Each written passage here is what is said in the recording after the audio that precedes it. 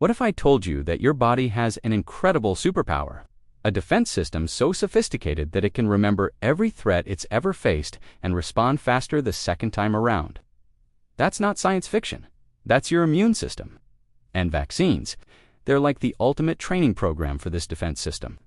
Before we get started, check out the link in the description to download our ebook. Right now, millions of people are protected from diseases that once devastated entire populations.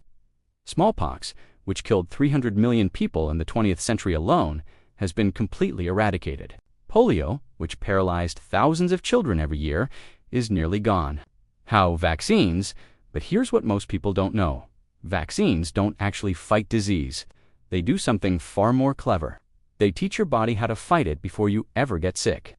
And the way they do this is absolutely fascinating. So today, we're diving deep into the science of vaccines. How do they actually work? What happens inside your body when you get vaccinated? And why are scientists so excited about new vaccine technologies? By the end of this video, you'll understand the brilliant biology behind one of medicine's greatest achievements. Let's get started. To understand vaccines, we first need to talk about your immune system. Think of it as your body's military defense force.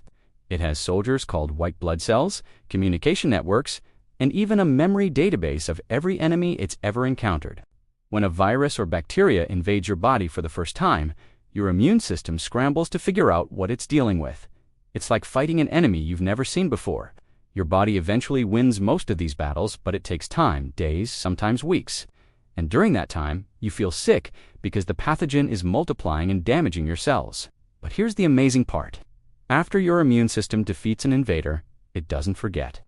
Special cells called memory B cells and memory T cells stick around for years, sometimes for your entire life. They remember exactly what that pathogen looked like. So if the same virus or bacteria tries to invade again, your immune system recognizes it immediately and attacks before you even feel sick. That's where vaccines come in. A vaccine is basically a wanted poster for your immune system. It shows your body what a dangerous pathogen looks like without actually making you sick. It's like running a fire drill instead of waiting for a real fire. Vaccines contain either weakened or dead pathogens, or just pieces of them, harmless fragments that your immune system can study. Your body sees these fragments, thinks it's under attack, and launches a full immune response. It creates antibodies, which are like specialized weapons designed specifically for that pathogen. And crucially, it creates those memory cells we talked about. So when the real pathogen shows up later, your body is ready. It's already trained. It already has the weapons. And it can neutralize the threat before you get sick. That's the fundamental genius of vaccination. You get all the protection without the danger. Now, not all vaccines work exactly the same way. Scientists have developed several different approaches, and each has its own advantages. Let's break down the main types. First, we have traditional vaccines. These use either killed or weakened versions of the actual pathogen. The killed or inactivated vaccines contain pathogens that have been destroyed so they can't reproduce.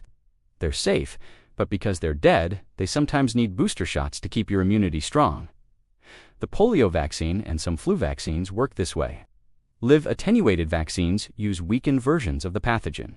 These are still alive, but they've been modified so they can't cause serious disease in healthy people. Because they're alive, they trigger a stronger immune response, often providing long-lasting immunity with just 1 or 2 doses. The measles, mumps, and rubella vaccine, the MMR vaccine, is a perfect example. Then we have subunit vaccines. Instead of using the whole pathogen, these vaccines use just a piece of it, maybe a protein from its surface. Your immune system learns to recognize that specific piece, and that's enough to identify the real threat later. The hepatitis B vaccine works this way. But here's where things get really interesting. In the past few years, you've probably heard a lot about mRNA vaccines. These are revolutionary. Instead of giving you the pathogen, or even a piece of it, mRNA vaccines give your cells instructions to make a harmless piece of the pathogen themselves. Think of it like this. Instead of showing your immune system a photo of the criminal, an mRNA vaccine gives your cells the blueprint to create just the criminal's mask. Your cells follow the instructions, make the mask, display it on their surface, and your immune system learns to recognize it. Then the instructions break down and disappear.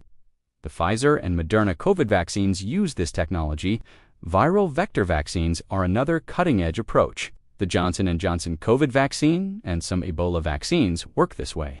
Different technologies, but they all accomplish the same mission: training your immune system to recognize and defeat a specific threat before it can make you sick. So what actually happens in your body after you get a vaccine? Let's walk through it step by step. Within hours of vaccination, your immune system detects something foreign in your body. Cells called dendritic cells, which act like scouts, pick up pieces of the vaccine and carry them to your lymph nodes. These are like military bases where immune cells gather. In the lymph nodes, the dendritic cells present what they found to other immune cells. This triggers a coordinated response. B cells start producing antibodies, those Y-shaped proteins that can bind to and neutralize the pathogen. At first, your body makes IgM antibodies, which are quick but not very precise. Then, over the next few weeks, it switches to making IgA antibodies, which are more targeted and long-lasting. Meanwhile, T cells get activated. Helper T cells coordinate the immune response, telling other cells what to do. Killer T cells learn to recognize and destroy any cell that's been infected by the pathogen. This is your body's way of stopping the threat from spreading. And here's the key part. Some of those B cells and T cells become memory cells. They're like veterans who've been through the battle and remember exactly what to do. They can survive in your body for decades, waiting. If the real pathogen ever shows up, these memory cells spring into action immediately, producing antibodies and killing infected cells before the disease can take hold. This is why you might feel a little under the weather after a vaccine. That sore arm, mild fever, or fatigue. That's your immune system training hard. It's working exactly as it should. And those temporary symptoms are nothing compared to the actual disease. Now, let's address some common concerns and misconceptions about vaccines, because there's a lot of misinformation out there. One of the biggest myths is that vaccines cause the disease they're meant to prevent. This simply isn't true for modern vaccines.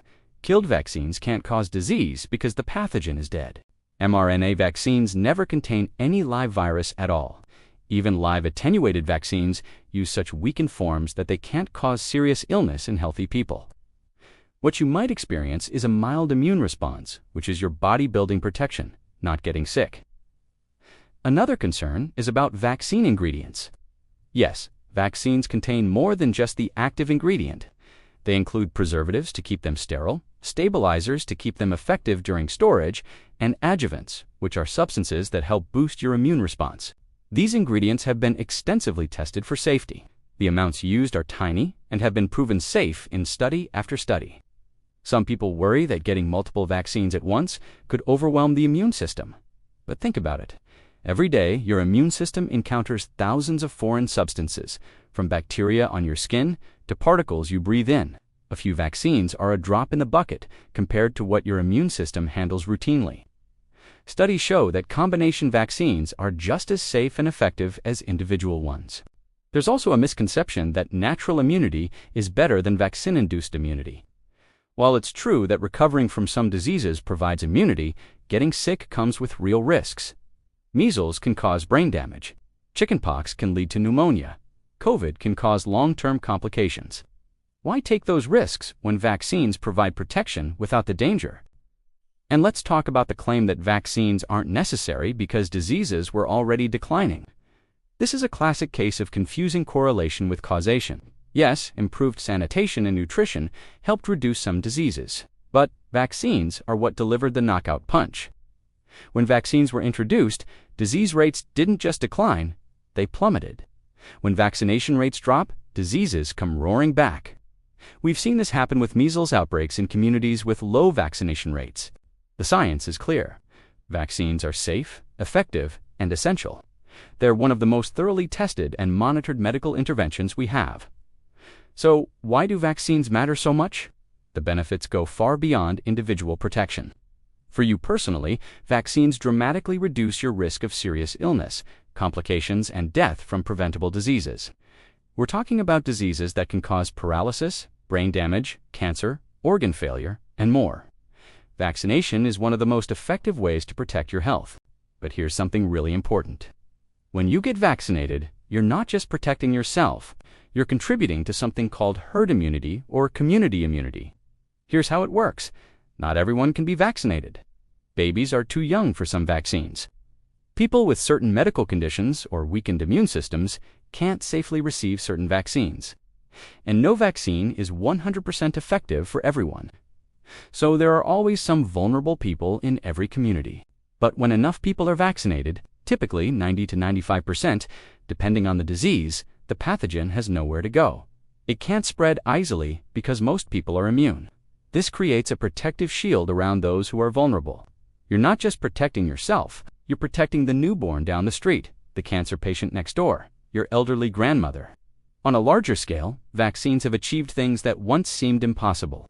Smallpox killed more people than all wars in the 20th century combined. Thanks to a global vaccination effort, it was completely eradicated in 1980. The last natural case was in 1977. An entire disease wiped off the face of the earth. Polio paralyzed thousands of children every year in the United States alone. After the polio vaccine was introduced in 1955, cases dropped by 99%. Today, polio has been eliminated from most of the world. Vaccines prevent an estimated 4 to 5 million deaths every year globally. They've saved more lives than perhaps any other medical intervention in history. And they're cost-effective too. For every dollar spent on childhood vaccinations, we save about $10 in healthcare costs. Think about it. Because of vaccines, we don't have to fear diseases that terrorized previous generations. Parents don't have to watch their children struggle to breathe from diphtheria. Communities don't have to shut down because of measles outbreaks. That's the power of vaccination. So, let's recap what we've learned today. Vaccines work by training your immune system to recognize and fight pathogens before they can make you sick. They give your body a safe preview of the threat, allowing it to build up defenses, antibodies, and memory cells without the danger of actual disease. We've seen that there are several types of vaccines. From traditional approaches using killed or weakened pathogens to cutting-edge technologies like mRNA vaccines, each works slightly differently, but all share the same goal: preparing your immune system for battle. We've walked through the incredible immune response that happens after vaccination, how your body mobilizes its defenses, creates specialized weapons, and builds a memory that can last a lifetime. We've addressed common myths and concerns, and hopefully cleared up some misconceptions. The science is clear and consistent. Vaccines are safe, effective, and absolutely essential for public health. And we've explored the profound benefits of vaccination, not just for individuals, but for entire communities. Vaccines have eliminated diseases, saved millions of lives, and protect the most vulnerable among us. Here's the bottom line. Vaccines are one of the greatest scientific achievements in human history. They represent our ability to work with our body's natural defenses, to outsmart dangerous pathogens, and to protect each other. Every time you get vaccinated, you're participating in a collective act of care and responsibility. So if you found this video helpful, if you learned something new about how vaccines protect you, share it with someone who might benefit from understanding the science. Leave a comment with your thoughts or questions. And if you want to dive deeper into health and science topics, make sure to subscribe. Remember, knowledge is power, especially when it comes to your health. Stay curious, stay informed, and stay protected. Thanks for watching, and I'll see you in the next video.